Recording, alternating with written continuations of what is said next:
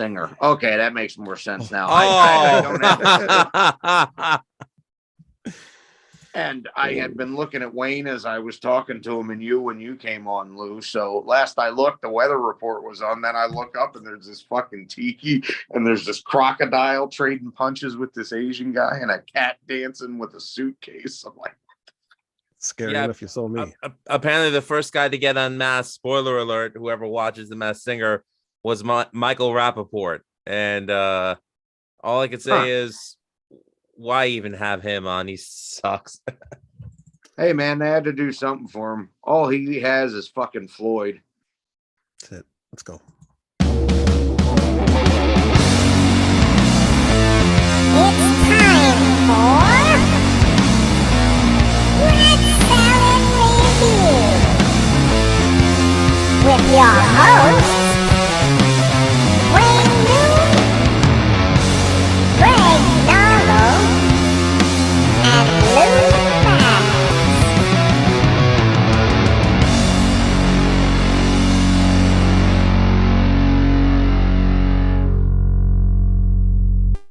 Hello. Welcome to Red Sound Review. Welcome. What's up, Greg? Good evening. Doing good. How's And it before going? we start the show, we just want to say congratulations to Dave Portnoy of Barstool Sports for getting the drum throne in Dream Theater. Okay. Why is that funny? I thought it was. I don't get it.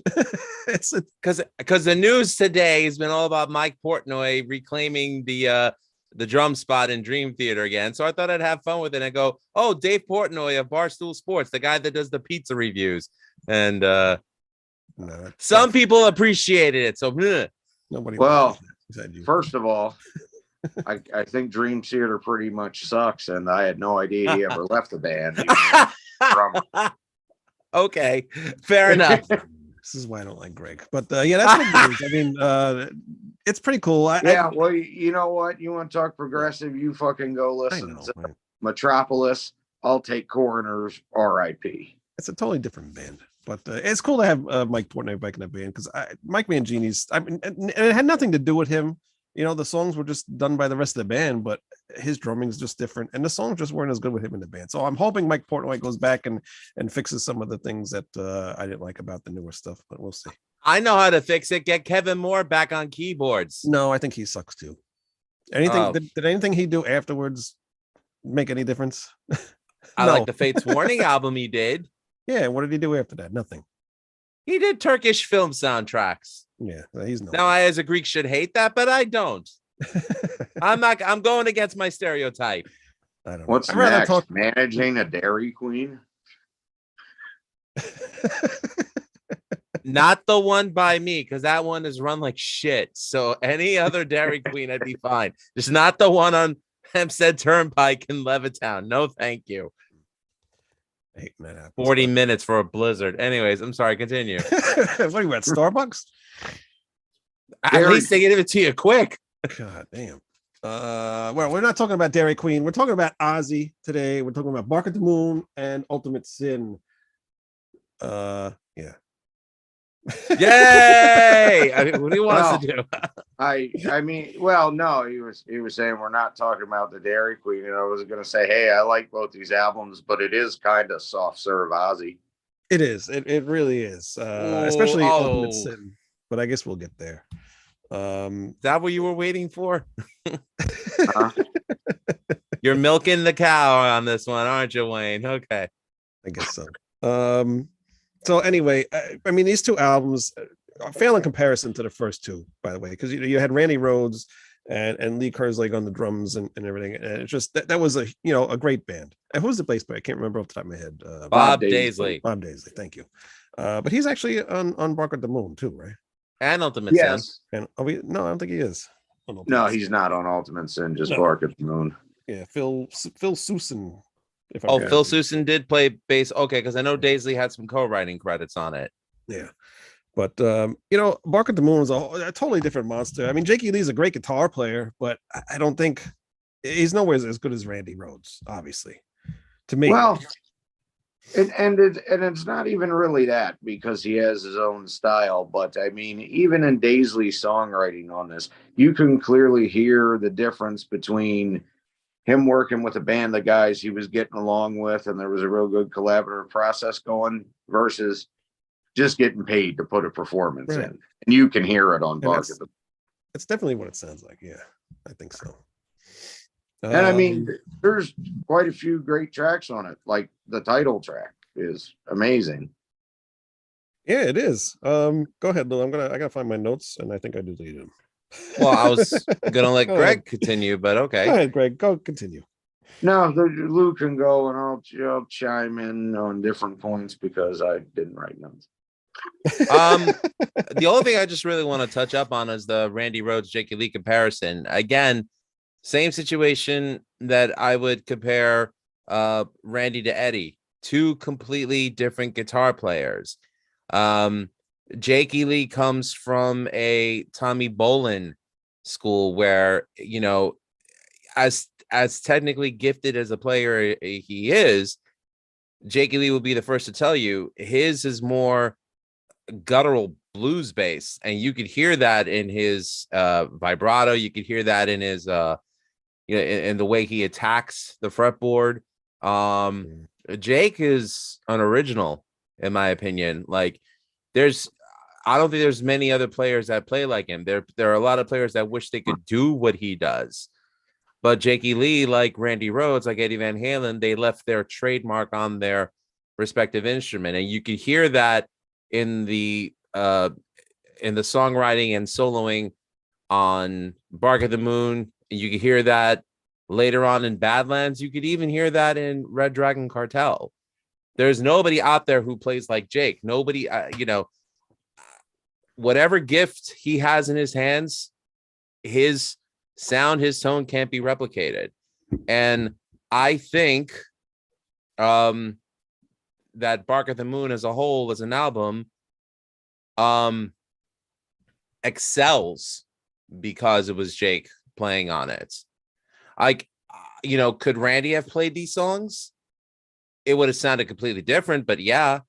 But, as unfortunate as it was to lose Randy, Jake was in the right place at the right time, which ironically was the wrong place because he never got credited for any of the songs. If you notice, all credits for songwriting go to Ozzy Osbourne. Now I ask you, when you hear Ozzy speak, do you think he could coherently come up with some of these lyrics? Can he even play guitar? Ozzy? Yeah. No. No. How about drums? He played a good harmonica on The Wizard. and he can play piano a little bit too, but I think that's about it. But Changes is not a complicated song. It just sounds neat. Thought that was Iommi that played the piano on Changes. I know I could be totally wrong. I knew he came up with it, but I could have sworn Ozzy actually played it on the album during the session. You might be right though. I wouldn't know. I you know what? I love the cover. I mean, he's just turned into a cartoon character now here. And he's got all this hair on him, make him look like teenage the wolf. So Frank Zappa did an album called The Man from Utopia in 1983 as well, and the leadoff track is entitled Cocaine Decisions, about the music business in the 80s. All you need to see is the cover of Bark at the Moon right there. That werewolf was having a good fucking time. Cocaine was a hell of a drug. Then he's going to go get in his iRock later and crank up UFO Live. But it's pretty cool. I like how they made him into this werewolf thing and then made this whole thing out of it. So I think that's cool. Was that Stan Winston that did that makeup? I don't know. Yes. You can't ask me questions like yes, that. it was. Actually, that was directed to Greg because I know he would know. Yeah, I don't know. Useless. Yeah. No, I had to think for a minute, but yes, the music video. Yeah, Stan Winston. Very good. But it's a cool album. I do like, obviously, Bark at the Moon. That's like, that's an awesome song. It's always on the radio, and I love listening to it. I can listen to it all the time. Just a very catchy song. You're No Different. I think that's a really cool one too. It kind of reminds me of something off the first two albums. Even though it's like it's a slow ballad type song. Now You See It, Now You Don't. I love that song. Rock and Roll Rebels, really cool. Center of Eternity gets kind of weird. It's like he's like singing about outer space or something. Like it's just kind of weird. You guys like that song? I loved it. Yeah, It's all right. it's all right. And then it goes back down again with So Tired. I like it, but I don't like it as much as I You're hate Different. that song. Really? Me too. It is awful. I don't think it's that bad. That song, I want to feed myself hemlock when I hear that song. I don't think it's that terrible. You're right, it's worse. God awful. Yes, Why do you think is. it's so bad? Why is it so bad? It's just, I mean, look, I could deal with saccharine sweet pop songs. I mean, for God's sakes, my daughter wants to hear Barbie Girl from the Moonies, the kid-friendly version all the time. So I have a high tolerance for that. But I don't know. I just hear this song and it's like, it makes me cry listening to it because I'm like, Ozzy, why would you do this to us? This is so sad. Like, you know, I mean, if Changes, I could listen to Changes because if you, you know, there was an R&B singer in the past 5-10 years that covered it. Kick-ass song. And, you know, it only shows you the reason why Sabbath did a great version with that. I never want to hear this album is gladly. I'm proud to have it on my iPhone, but So Tired, you'll never find it because I deleted that shit. I'll, you know, it's not on my my playlists, but I don't mind it. Slow Down, I don't care for, and Waiting for Darkness. I think I like that one. I wrote all my notes in my phone and they're gone. I don't know what happened to them. Yeah, I of course have a Japanese one. Of course you do. OBI, which comes with a bonus 7-inch that has the same live version of Suicide Solution that's on the Mr. Crowley EP, and you said it all on it. I got a 7-inch for you too, but it's not a record. Uh-huh. I said I got a 7-inch for you, but it's not a record. is that with the magnifying glass and tweezers, Wayne? I'm sorry, go ahead. No, it's 7 inches. I mean, that's pretty big. You don't need a magnifying. Oh, Greg's on fire.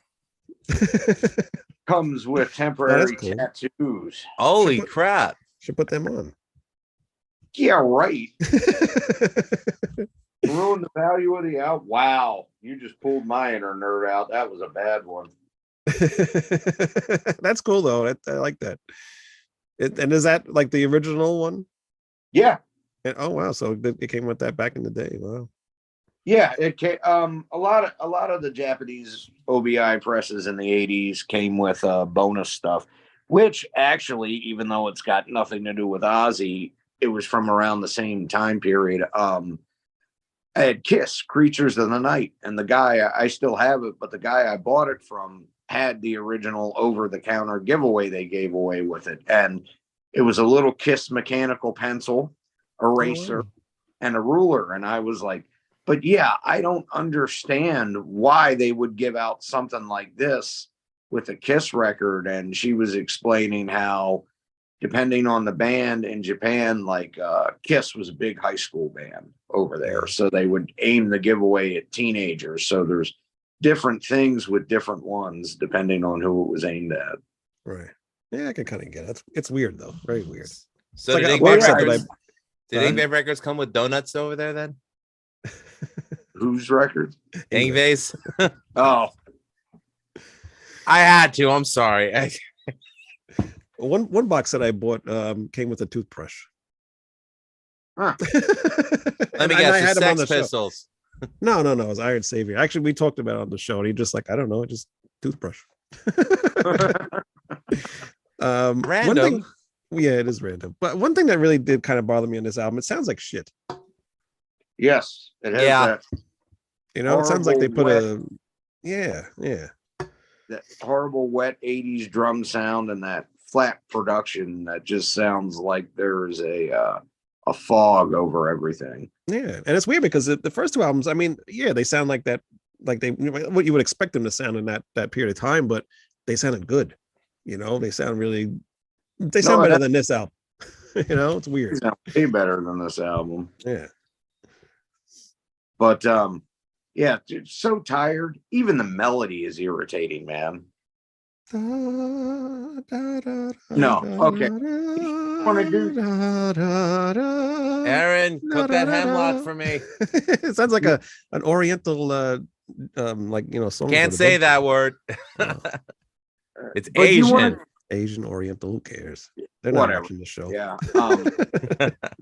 You want to go back and do something like that, though? You at least got to try and do it decently. I mean, come on, Daisley. I'm looking in your direction on this one because I know you had something to do with it.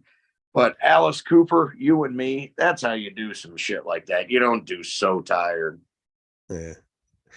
That's I- that is funny. You mentioned Alice Cooper. Sorry, go ahead. I mean, Wayne, think about it this way. You're listening to 106.7 Light FM, and then So Tired begins. Then that is the death toll for Ozzy fans. That's all I'm gonna say. Yeah, but I've heard some Alice Cooper songs that have been on like the lighter stations. That song. You and Me. Yes, it was yeah, a yeah, Sinatra ballad. That's what Yeah. I'm saying, though. You want to do it, at least do it good. Yeah. But I see, I love that. I'm like, oh my god, it's Alice Cooper's on this station. That's awesome. So I wouldn't mind. Well, I wouldn't mind either because that's a great song, but So Tired sucks, is Yeah. what I'm getting. Maybe I- Seven then- Angel could cover it and it will make it better. You know, I will never touch that song with a 20-foot pole. Fuck you, no way. Come on. No. But, you know, like some of this too, where it's just kind of middle of the road filler. Like I like the Ultimate Sin better than this one. For me, Bark at the Moon's the most disappointing out of the first four.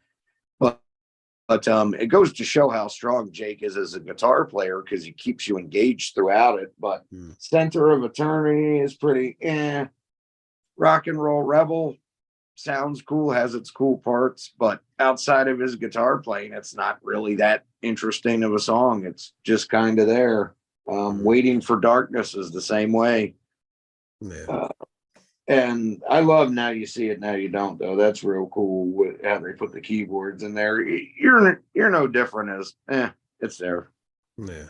And it's also too like with the drums, it's like they're just kind of like lifeless, you know. Oh, I love Spiders. Oh, wait, that's right. Spiders is only on the European version of it. I didn't hear that song. Well, We got Slow Down, which I like. Although that is for sure the most different sounding song on here.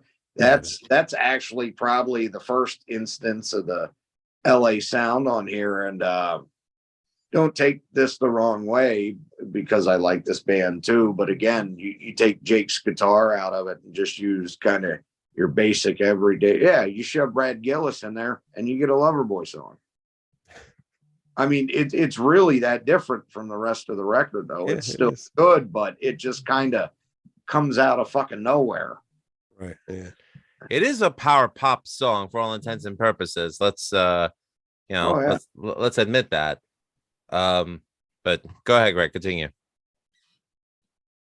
So yeah, it's just it's kind of uneven to me. I mean, there's nothing on it I'd skip aside from So Tired, just because I think that truly is an awful tune. And I always love it, especially because, I bought them in order, the first three. So I still got this one relatively young, had seen the video for Bark at the Moon, loved it. And Jake's guitar playing is just great on it, but it's just not that strong songwriting wise. And a lot of it, I'm sure, is what they were going through, after Randy's death and all that, and just kind of everyone being an employee at this point.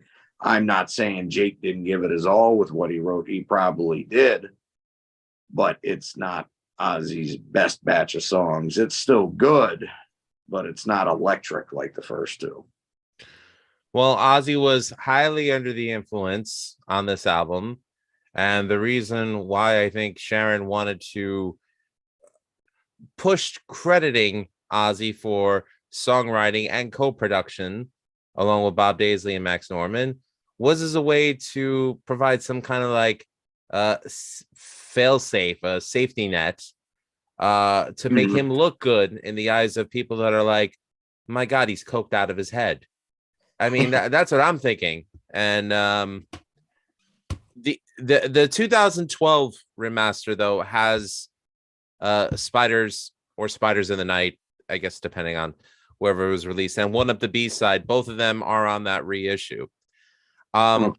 I despise that reissue because upon listening to it, the mix is horrible. And I feel like Jake has been kind of drowned out in certain areas. Really? Yeah, you could kind of hear it. Like if you took the original 1983 release and then you took this one, which is the one that I have. Now, this is the only one that I could find that was affordable. Because that first pressing of Bark at the Moon, the 1983 one, and whenever it was published to CD, I don't think it was published to CD in 1983 then, but I know my eldest brother Tony still has the cassette. That one just sounds better. This one is the 1995 remaster. It's pretty good.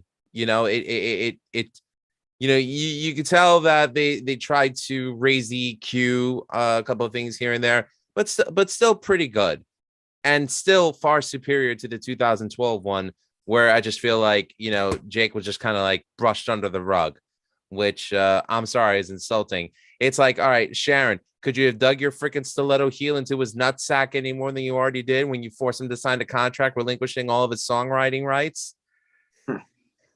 Bitch. Anyways, I'm sorry. I had to get that out there. Yeah, like this is the reason. This album is the reason why I, more than any other reason, aside from trying to milk the corpse, the walking corpse that is Ozzy Osbourne. This album is the reason why I despise Sharon Osbourne. And Sharon, if you have a problem with what I'm saying, come at me. Oh my God! Well, she's in the chat actually. She knows where you live. He lives. Yeah, I'll give you his address. I'll give you the address. You leave that poor woman alone. She's been through a lot. Yeah, not enough. Anyways. Anybody else got anything to say about Bark at the Moon? Any last words? Yeah. I'm sorry, unpopular opinion over here. Waiting for Darkness is my favorite song on the album. Interesting. You know, again, when I first heard this album, again, when I was 4 years old, my brothers stayed up to watch in concert on ABC, and they actually showed 3 performances from the Bark at the Moon tour at Salt Lake City, Utah. I Don't Know, Rock and Roll Rebel, and Flying High Again. So that was the first time I ever saw Ozzy in a performance medium. So, you know, I guess there's a reason why I'm, I don't want to say attached to Jakey Lee, but why I'm biased towards him, because I guess he was the first person that I saw play with Ozzy, and just taken away by the fact that he was playing like this white Strat and making it sound like doing these crazy things on it, and without a tremolo bridge. I mean, really innovative stuff. And heard the cassette. You know, looking back on it, I get, you know, I wanted to say that I thought the sequencing was odd, because to have You're No Different as the second track, I was like, that's kind of an odd segue after Bark at the Moon. But then I asked myself, well, what could they have replaced it with? And I truly don't think they could have, you know, replaced it with anything else. So, you know, it's one of those things where I was like, okay, I'll allow it. Again, So Tired, my least favorite song on the album. I love the song Slow Down, because to me, the way that the song moves, to me, is very reminiscent of SATO off Diary of a Madman. And, yeah, you know, and I love power pop. I'm not going to lie. I love Cheap Trick. I just hate the lyrics on that song. They're so stupid. It's very sing-songy, kiddie. I get that. It's like a 5-year-old wrote it. The lyrics, it's weird. Yes, and I was just thinking about that today. But I mean, I still like it. I can't explain it. I know. I remember when Ralph Vieira did his review of Bark at the Moon, and he did that thing where it's just him sleeping in his in his bed. Is that through the whole album? No, just for that one song. Oh, just for that song. But Waiting for Darkness, I mean, I remember as a kid, I was like, wow, like to start with the song Bark at the Moon and to end with that song, that's like the perfect 2 slices of bread on a good sandwich. Yeah. And So Tired is the really bad piece of mushroom slice that they throw in there, thinking, can we get away with it? No, throw that shit take out there. Anyways, but even that's too nice for that song. That's like somebody fucking hiding a piece of pimento loaf in your Reuben.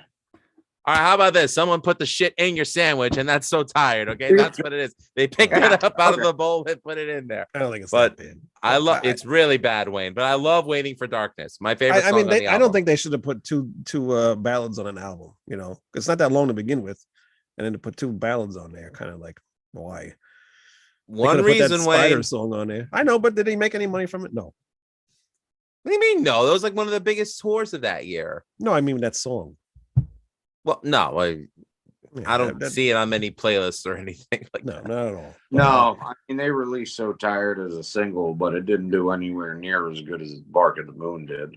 No, the video was kind of funny because it showed Ozzy's humorous side, which you'd see later on in future videos. But I didn't even know they made a video for it. I'll have to watch it. they actually, it was a video where he had an accident on set. There was a scene where a mirror was broken, and some of the shards from the mirror actually cut into his throat a little bit, so he had to get rushed to the hospital. Oh wow. Very sad. I mean, I'm glad we didn't lose him. Yeah. But what were you thinking? I mean, I'll have to watch it. But who directed that movie, that music video? Alec Baldwin? I mean, God. Anyway, too soon? No, we got plenty. We're good on that one. All right, good. Thank you. But I do like the album. I think the album's good, but I think it's the last good album for this period, anyway. Ooh, yeah. Because Ultimate Sin, I don't think is as good. I've tried. There was at one point because we did review this album a couple years ago with a couple old co-hosts that we had here. It was way before you. It's BL before Lou, and I did like the album. And I still kind of do, but it's just, it has nothing. And the guy's got to show off the Japanese. I just threw it away. They're clear, Wayne. Hey, there's no action in the chat. Come on, people, put stuff There is in. nothing. Usually there's people here. Surprise. Come on, Colin Madden. I know you're watching. Catman, do put it in there. Come on. Yeah. But anyway, while he's pulling it out, more stickers or is that tattoos? Stickers. Oh, really cool. Yes, very nice. Cool. This is why you got to watch the YouTube channel because you can see things that Greg pull out of albums. Yeah. Hey, you pull a rabbit out of my head, Rocky. Anybody want to see my unit? But I go from one like not liking this album and then kind of like the album and then listening to it again the last few days. I'm like, there's just the only good song on this whole entire thing is Shot in the Dark. I mean, it's like they left. It's just all filler songs. The only good song to me. There's some songs that are okay. I can listen to them, but they're not like there's no Bark at the Moon on here. There's no there's no like Crazy Train thing on here. There's nothing like catchy. The lyrics are just dumb. The choruses don't go anywhere. You're just waiting for like, what the other albums you could sing a chorus, you could like hum a chorus. There's some kind of melody thing going on. This one is just words. In every single song except for Shot in the Dark, where it's got some kind of melody thing going on, and it's just it's a great song, catchy song. None of the other songs, it's just like they're just there. I highly disagree. I mean, I know you do. You like this album, especially in the chorus. I mean, The Secret Loser. You follow along with that riff. That one's okay, but what else we got here? Lightning Strikes. Killer of Giants. No.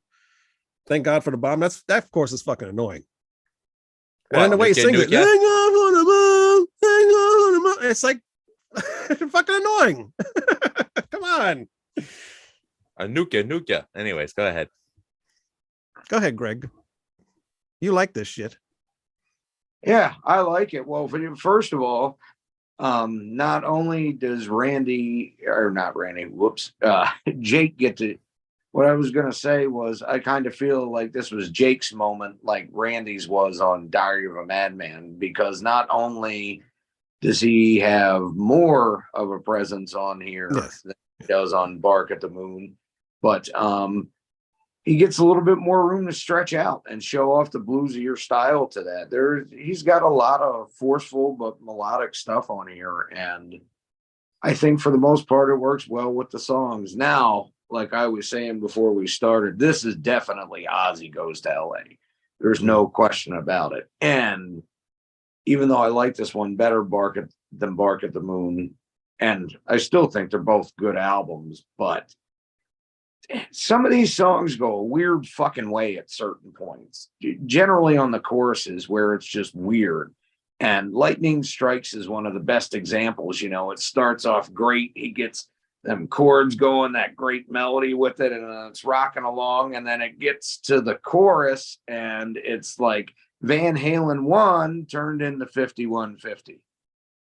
Yeah. All in the same song. And it's odd the way it transitions back and forth. But I mean, you do have songs like Never, where it's just kind of there. That song never really goes anywhere outside of the guitar. But I mean, you got Secret Loser, which is just awesome all the way around, I think. The Ultimate Sin. And I like Never Know Why.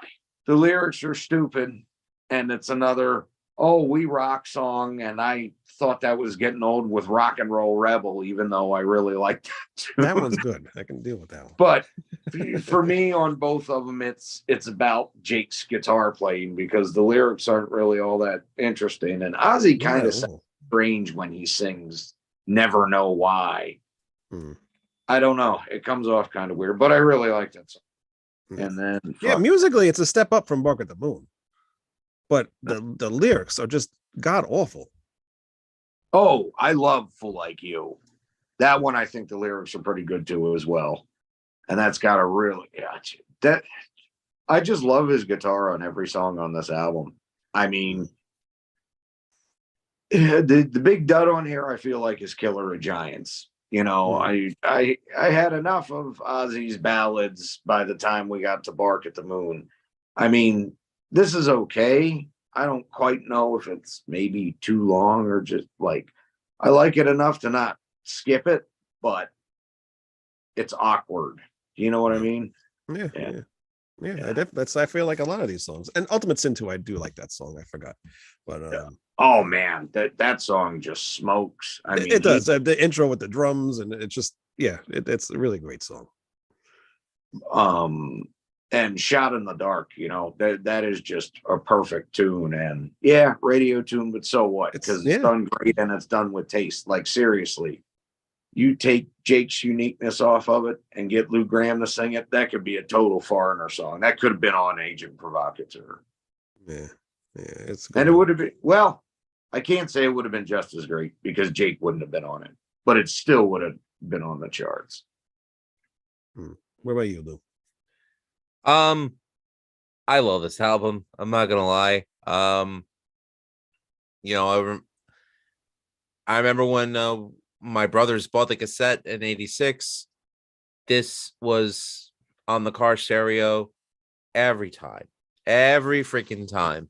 And I think the reason why I love it is just because it's so ingrained in that moment of time for me where, you know, I was driving with them in their Camaros, and this is before kids had to be in car seats. You know what I mean? So it was very freeing. And, you know, and again, the reason why I love this album so much is because of Jake's guitar playing.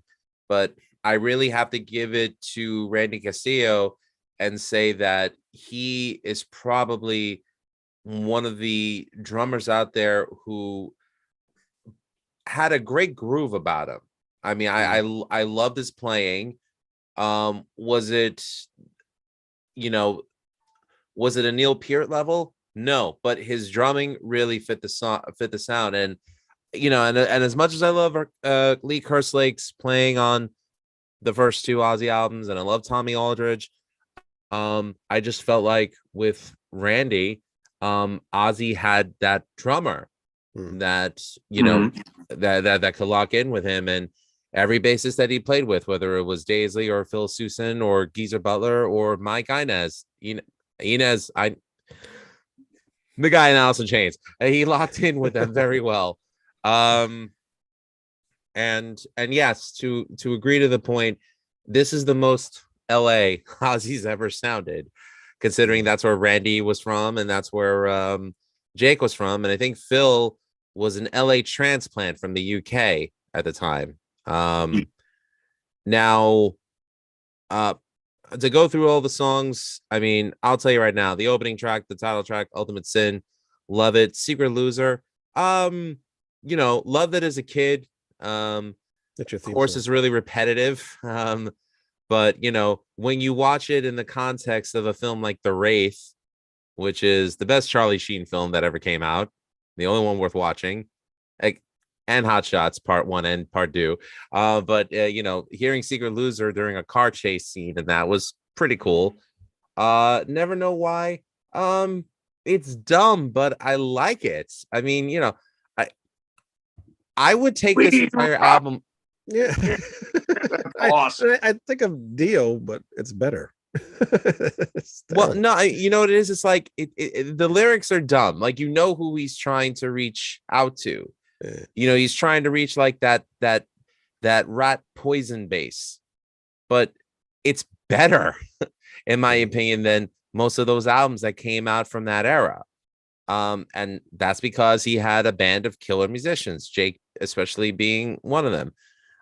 Thank God for the Bomb. You know, the chorus is annoying, but you know, I do think it's a killer riff.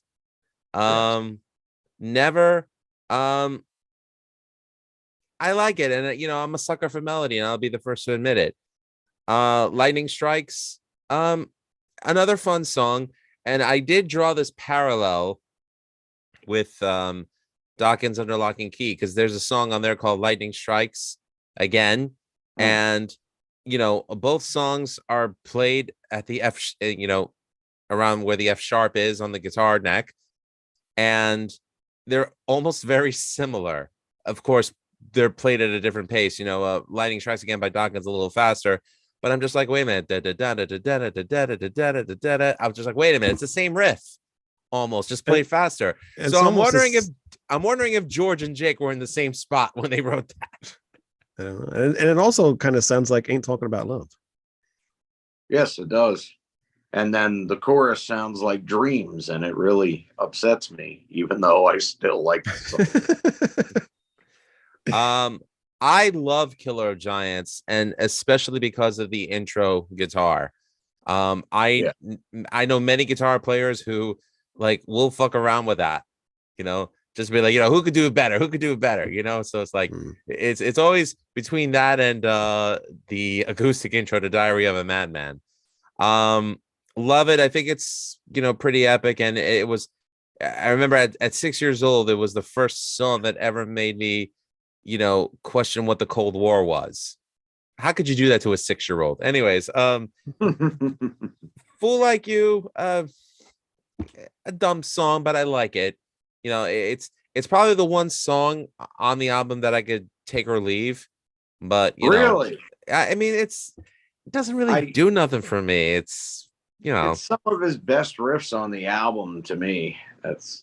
That's fine. I'm not knocking what it means to you. It's just it didn't do for me what it did for you, but I respect what it did for you. And Shot in the Dark. Okay. You can't deny that this song is his most popular on the entire album. I sure as hell don't. But what I was going to mention is that Phil wrote this song back in 1983 when he was a member of the band Wildlife. In fact, the song is called Shot in the Dark, and it's the same damn riff. Really? Yes. Wow. So there was a huge lawsuit over this song for the potentiality of back paid royalties, which is why Ozzy stopped including it in his set list after 92, and why for the longest time Ultimate Sin was not in circulation. Mm-hmm. Interesting. Royal Orphan said, "Lose Guitar Geek Power is legend." Oh, well, thank you. No. Ultra. Hold on a second. Talk amongst yourselves, guys. All right. And he says he actually loves Ultimate Sin. I second that. It hit me at a certain time in my life and stays with me. And JP Borden says the problem you always have with both albums was there's too many keyboards. What do you feel about the keyboards, Greg? They don't bother me. I like keyboards. So they're overused. There are, for the most part, they use them pretty well, but there are certain songs where they pop up where it's really not needed all that much. And Waiting for Darkness is one of those, actually, from Bark at the Moon. I really don't feel it needing them. I think Jake could say everything that needed to be said with the guitar on that one. I don't know. I kind of like how they flow in there. I don't know. Keyboards don't bother me unless it's like something overly done. It just doesn't need to be there. But it's just 80s, and that's just. Oh yeah, like on Slow Down. Yeah. What about you, Lou? The keyboards bothered JP Borden. What do you think about the keyboards in both of these albums? Well, first of all, I just want to say thank you, Royal Orphan. I'm glad you think that my guitar geek power is legend. Keyboards don't bother me, but on certain songs, yeah, rather annoying. And yes, if you can't hear, that's my 5-year-old daughter crying in the background. She's battling the sniffles and she's refusing to take her Mucinex. So unfortunately, I'm gonna have to gracefully bow out of the rest of this episode and leave it to my two comrades in crime, the ever awesome Greg Noggle and Wayne. And but no, the keys don't bother me. And they work where they work, and where they don't, well, I'll just try to push my head to the speaker to hear Jake's guitar a little bit more. Yeah. But I love both albums. This is the end of classic era Ozzy for me. So on to next week when we discuss the next two. But for me, I bid you all good night. Well, give us your ratings real quick. Yeah, which one do you like better? Of the two? Yeah. I mean, Waiting for Darkness is one of my favorite Ozzy songs, but I'm going to give it to Ultimate Sin. Just on principle, because I felt like Jake got a better deal out of this one. Yeah. All right. And with you that, can actually hear him on this album. Yes. And with that, I say Demoni and good night. All right. Good night. Goodbye. J.K. Baca, keys don't bug him at all. And he also says these are the last two full Ozzy albums that he likes. I tend to agree with him there. Really? I can go for another 2 more albums, and then after that it gets spotty for me. Every album after this has a bunch of stuff I don't like on it. Sometimes it's production, some of it is just the fact that I can respect who Ozzy is and all that type of shit, and who he had writing for him and different things like that. But with the advent of the CD era, there were many bands that were putting way too many songs on an album that shouldn't have been, that really drags it out. And Ozzy was one of the worst offenders in that respect. Oh yeah, I think so. Way too much filler. And even like we were talking earlier about Kiss Hot in the Shade, there's like 15 songs on there. It's like, stop. Oh, just way too much. Stop. Actually, that's another good example, though. Like, it was funny because the one guy, I still have to comment back to him and said, "Oh, I love it in spite of his flaws." And I was going to say, honestly, even though it's the worst one for sure, it's not like the most unlistenable thing in the world, except for Read My Body. Holy hell. That was like they were trying to suck. Like, who writes a song this bad? But it's not the worst thing in the world, but that is a good example of, a couple of overdubs would have really helped a lot of shit on there. But yeah, 15 songs, it's just too long, especially when anytime you get more than 3 tracks out of Gene Simmons, you're in trouble because they get very repetitive very quickly. Oh yeah, definitely. So, but if anybody wants to go check out the writings that Greg's doing on Kiss albums, it's on our YouTube, not YouTube, Facebook page.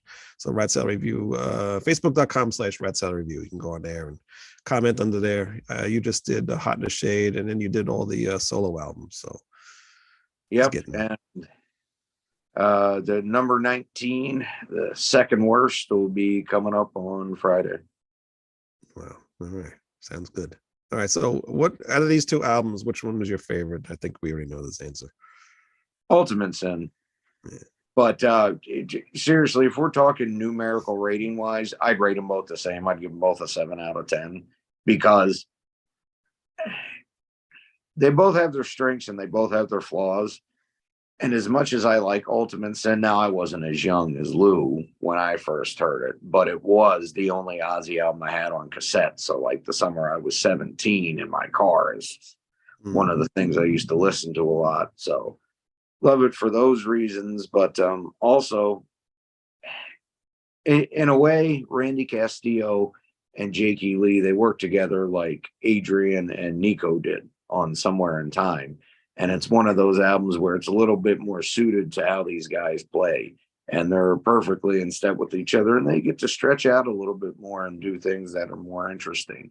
I mean, you know, Rock and Roll Rebel is a good song on Bark at the Moon where Jake and the drummer, God, I cannot for the life of me remember who played drums on that right now. I got the record right here. It was Tommy Aldridge.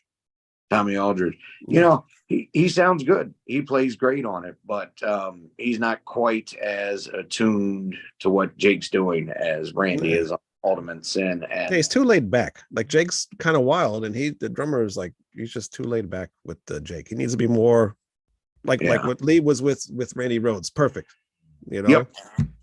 That's what he definitely needed. And that's why stuff like, you know, Secret Loser, I think is so great. He's really matching his speed and his tone and going along with it. And I mean, lyrically, I was a drug addict. So, you know, I feel what he's saying there. And the repetitiveness definitely echoes the repetitiveness of addiction. But anyway, it's not like he's saying anything amazing there. You know, same thing with You're No Different. I suppose a lot of people commenting on it might be, you know, you're just your average heavy metal fans. You know, there's plenty of people out there that don't get in a whole lot of shit or the whole wider world where, oh my God, he's singing something I feel so much because I'm a metal fan. Well, yeah, just about everybody's done that song like that. And it's usually better, even though it does sound cool on there. But trust me, it's not amazing lyrically. Bob Daisley did his job, but, you know, like I said, it was like, well, he was showing up for a paycheck. And I think it kind of shows. I mean, not that he writes bad or botches anything. It just doesn't have the life of the first couple. Yeah, not at all. Roy Orphan says Lightning Strikes is the crazy train riff with the notes in different order. And he doesn't give F because it kicks ass. And Jay Baca, I would pick Bark at the Moon, even though it has So Tired on it. I could never get into that tune. Interesting. Yeah, I guess I'm the only one. I don't love it. I don't think it's terrible though, but you know, it's not terrible. It's okay. Well, that's why you love Dream Theater and I love Voivod. I guess that would be why. But I'm gonna go with Bark on the Moon. I think it's a good album. I think it's got better songs, catchier songs. Merciful Fate. I was way more into Bark at the Moon than the Ultimate Sin. Oh, that was another thing too, and I didn't realize because Lou just mentioned that Ultimate Sin kind of was like out of print for a while because of the whole thing that was going on. Oh yeah, and it so that's why I guess because that was Ultimate Sin was the last album I got into probably around 90, 92, 93ish or whatever, because it took me forever to find it, you know. Yeah. So it was like the last one I heard. So that's why, like listening to it, I can't really get into it as much as I do with the other albums because I heard it last and it just doesn't flow as well as the other ones do to me. You know, I heard good ones and then I have to hear that one. You know, it's a letdown album for me. That's how I feel about the next one. Really? Okay. I can't wait till we talk about that because like I mentioned, I think it was last week. So many people in my school love that album. To this day, they still love it too. I like it. A lot of people do. I don't get it. I don't know. Well, can't wait to talk about that. But thanks for everybody joining in the chat. You're all late, by the way. We start at 8:00, even though we were a little late today, but we start around 8. 9. Yeah. But I'm glad you just joined anyway. You can always go back and watch the show. Murphyful Fate, Ultimate Sin had a better album cover though. Nice cartoon, but yes, it is a nice cartoon. Although I think that's Sharon. I think that's Sharon's butt. So you just said Sharon's butt looks nice. Dude, that chick is way too hot to be that evil elf. Well, because that's Ozzy. And I just think that's Sharon because he would put Sharon on the album cover. Why would Sharon want him to be with another woman on the album cover? Think about it. She doesn't care as long as it's making money. Come on, let's be realistic. You could be right. No, it's okay. You guys can join whenever you want. This show is always on YouTube. You don't have to apologize. You're late. It's fine. Always come in here and you can always watch the show. But we appreciate you coming and joining us either way. Yeah. So anybody new, please just make sure you subscribe to the show. We're also on Spotify, iTunes, Amazon as a podcast. So hit subscribe to that as well. And ratsatreview.com. And we'll be back next week with, what is the name of the album next week? No Rest for the Wicked. No Rest for the Wicked and No More Tears. Yep. So that was actually the first one I had on CD, believe it or not. Yeah, mine too. Yep, it was good stuff. Which kind of blew my mind after hearing the first 3, and then this is really good. Not that I disliked it, I was just like, okay. Well, I loved it back then. Expecting. Yeah, well, that's what I started listening to. So, but yeah, we'll be talking about that next week. So join us next week, and we will see you then. All right, everybody. Bye-bye. Oh, one more thing before I forget. November 10th. Well, it should be November 10th. Things could change. Rat Salad Review will be on a radio station, freeworld.fm. You can go to freeworld.fm right now, hit subscribe, and they'll give you information when all the shows start. But there's going to be tons of shows, not a lot of music stuff. It's going to be a lot of talk stuff, but I'm going to have a music show, maybe have some interviews. I don't know. We'll have to see how things work. But it'll be after this show, it'll be from 10 o'clock to 12 o'clock at night, 10 o'clock Eastern, 12 o'clock Eastern. Excuse me. 10 o'clock p.m. Eastern, Wednesday nights after this show. So go to freeworld.fm. I can't talk anymore. God damn it, I listened to the whole show. Forgive me, I've been sick. Freeworld.fm, ratsaladreview.com. We'll see you next week. Bye. Before Wayne starts coughing.